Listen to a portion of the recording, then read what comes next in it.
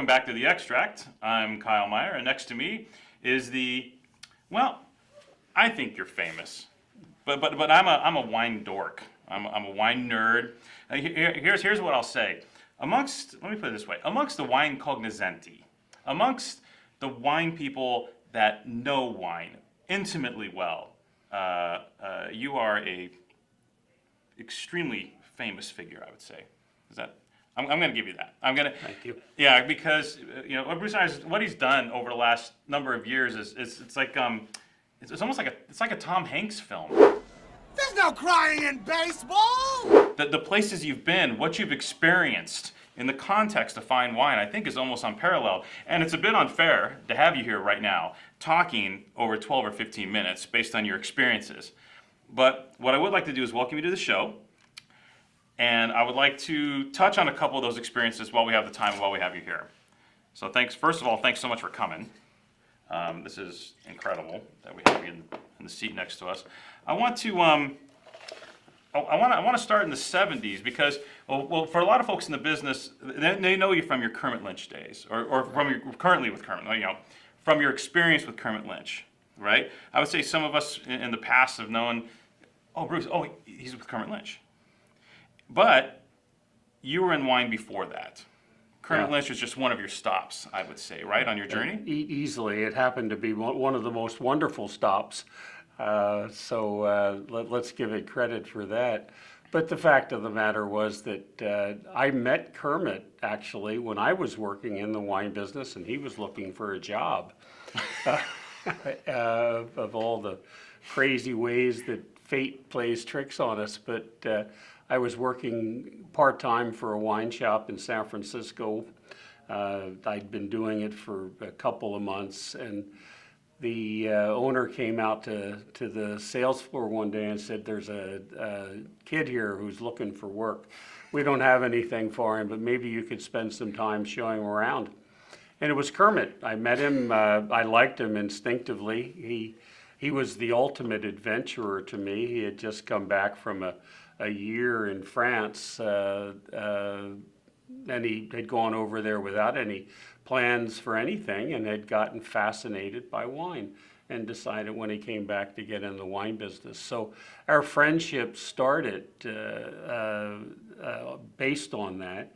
And now, of course, I've had the opportunity to watch him succeed enormously at what he's done.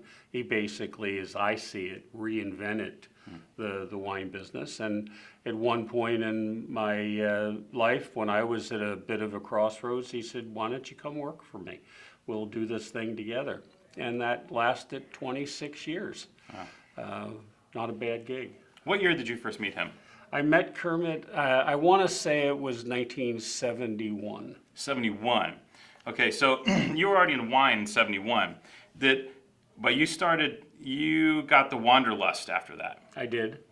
Right. But you were already familiar with California wines. You were living in the Napa Valley? Well, nearby? I went to work for this wine shop. The sequence of events was serendipitous.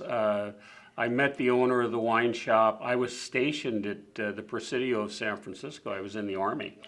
And I had acquired an interest in wine, of all things, while Barbara and I were living in Korea. We came back to the Bay Area, or I got reassigned to San Francisco. Barbara got interested in food. She's a very talented cook, worked for Alice Waters at Chez Panisse for 20 plus years.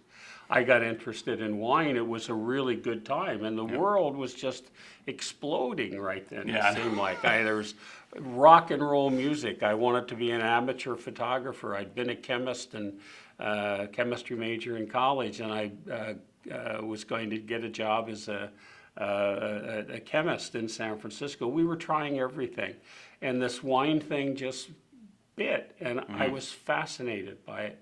So I got a job working at the wine importing company, and then in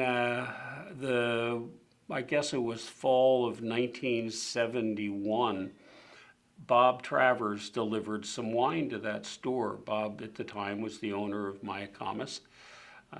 I spent an afternoon helping him unload the wine, build a floor stack display, and talking to him about it, and he invited me to come up and pick grapes the next weekend. I Barbara and I loaded up into our car, drove up there. We picked grapes on one beautiful autumn Sunday in the Napa Valley. And at one point, we were sitting in the dirt eating a sandwich and drinking a glass of rosé. And I said, wow, wouldn't this be great to do this for the rest of your life? I thought, well, sure enough, 2 weeks later, I got a phone call from Bob Travers, and he said, my assistant quit. I thought you might be interested in the job. So I took the job immediately. We packed up everything and moved from San Francisco. Barbara, as I say, was teaching school. We had an apartment in the San Francisco area out by Golden Gate Park, and the owners of the apartment were delighted for us and let us break the lease. And we moved to the Mayacamas property, and there was a house on the property that came So with you're the living job. on the property. We were living on the property. My first day on the job was January 2nd, 1972, and I spent the day tightening barrel heads on French oak barrels. And then I started to work pruning. We began pruning, and I learned that, and then I did a few things with in the cellar, a couple of cellar operations, and then we were getting ready to bottle, and the damn bottling line broke. And Bob Travers said, can you fix it? And I thought, this bottling line was right out of alley-oop. It was a couple thousand years old, I think. And I fixed it. So we went ahead with the bottling. Well, And you kept your job. I kept my job, and I was the hero for that one afternoon. I worked at Mayacamas for 2.5 years. But Barbara and I did have a little bit of wanderlust. We had no children. We'd been married for, I guess then, 6 or 7 years. She was growing weary of teaching school. I was thinking that there was probably a little bit more to life than dragging hoses around the cellar at Mayacamas. And I talked with a friend of mine from the wine shop. We were German wine specialists, and he said, why don't you go to Germany and work a harvest? And I thought, how could I ever do that? And he said, well, we'll get together and write a letter. You speak German, don't you? And I said, yeah, I do speak German. I was a chemistry major at college, so I had to pass a competence level test speaking German. I studied it in high school and college. Sure enough, I wrote 5 letters, I guess, and one of them wrote back and said, sure, we'll hire you. So we, again, put everything in storage, flew to Germany, bought a car, beat up old blue Ford, drove through Luxembourg and Germany, found an apartment to live in, and I went to work at the winery. We came back from that in March of 1975, and fortunately, ironically or fortunately, I had met Joe Phelps right before we left.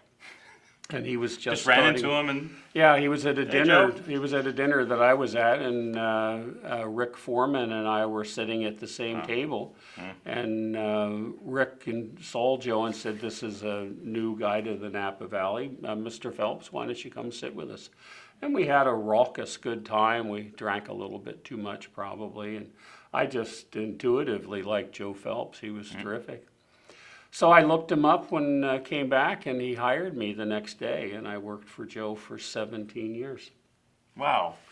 So that was the big break in my career, really. I think of, Mayacamas was a break, the wine shop was a break, but going to work for Joe Phelps when he started the winery, we had no wine to sell, and he hired me as the national sales manager, and I said, "What do I do?" And he said, "We'll have some wine soon enough, don't worry about it."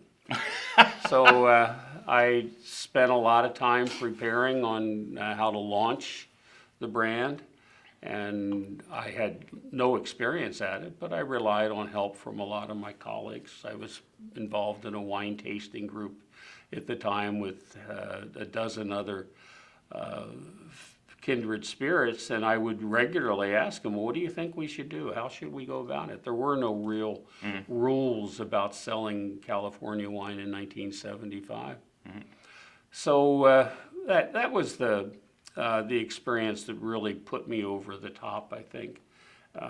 Moreover, it gave us an opportunity a few years into it, we started seriously looking for land. We found a beautiful parcel in a relatively unspoiled part of the Napa Valley called Con Valley. So you had your eye on this parcel in the 70s?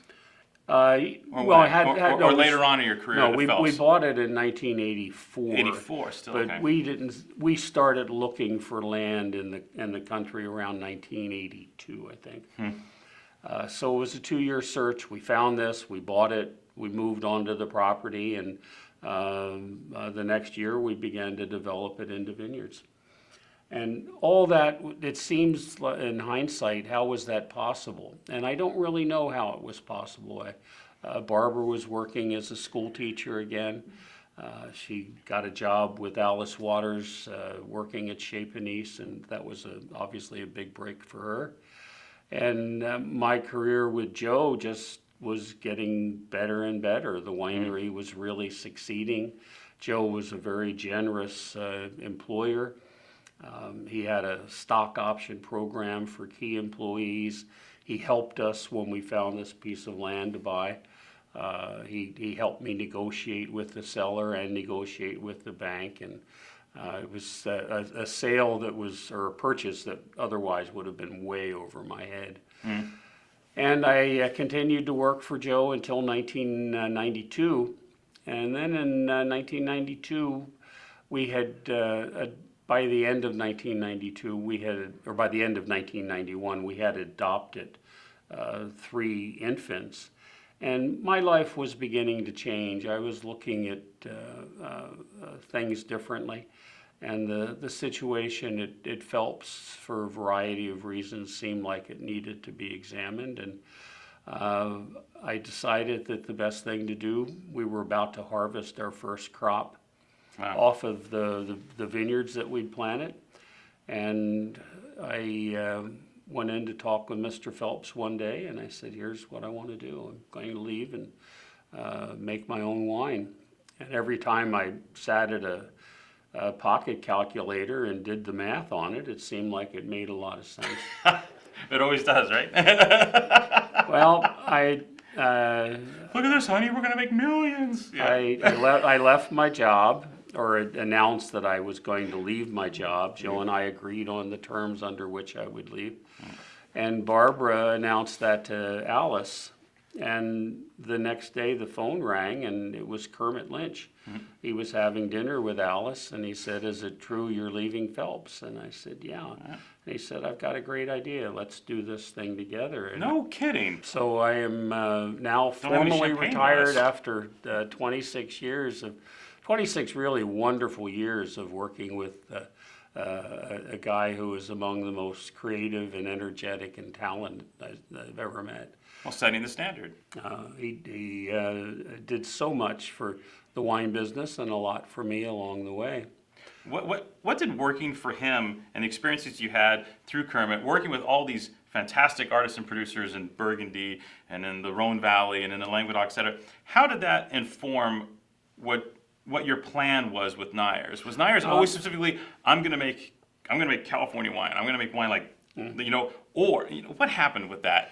Oh, that's a great question, and long ago I was taught by a really smart guy that when you get asked a really good question like that, the answer comes to your mind immediately.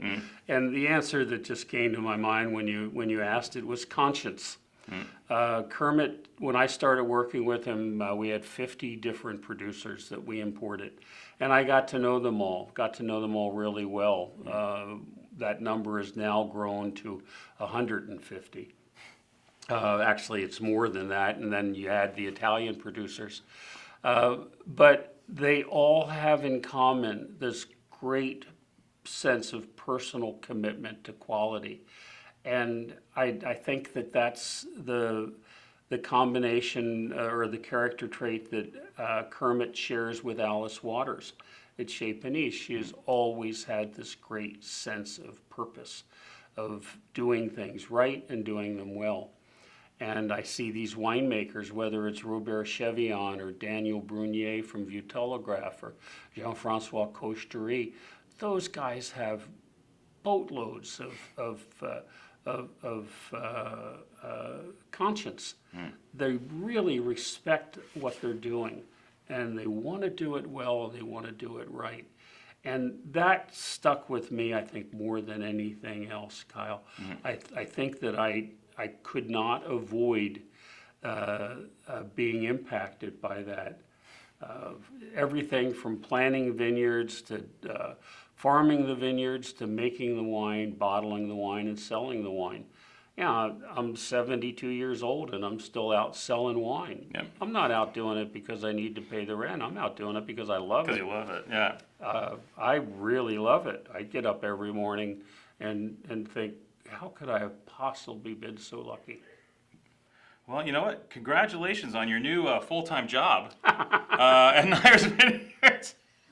I'm sure you'll enjoy the experience. Yeah, it'll be nice to just have one job for a while. Seriously, Bruce, it was a pleasure, and we're huge fans of your wines. Always have been since the start. And best of luck on your new endeavor as the full-time head of Neyers. Thank you. Yeah, that Kermit thing was just getting in the way, right? I don't think it was just getting in the way. It was a pleasure meeting you. Thanks so much for sharing your stories you. today, and rock and roll. Cheers.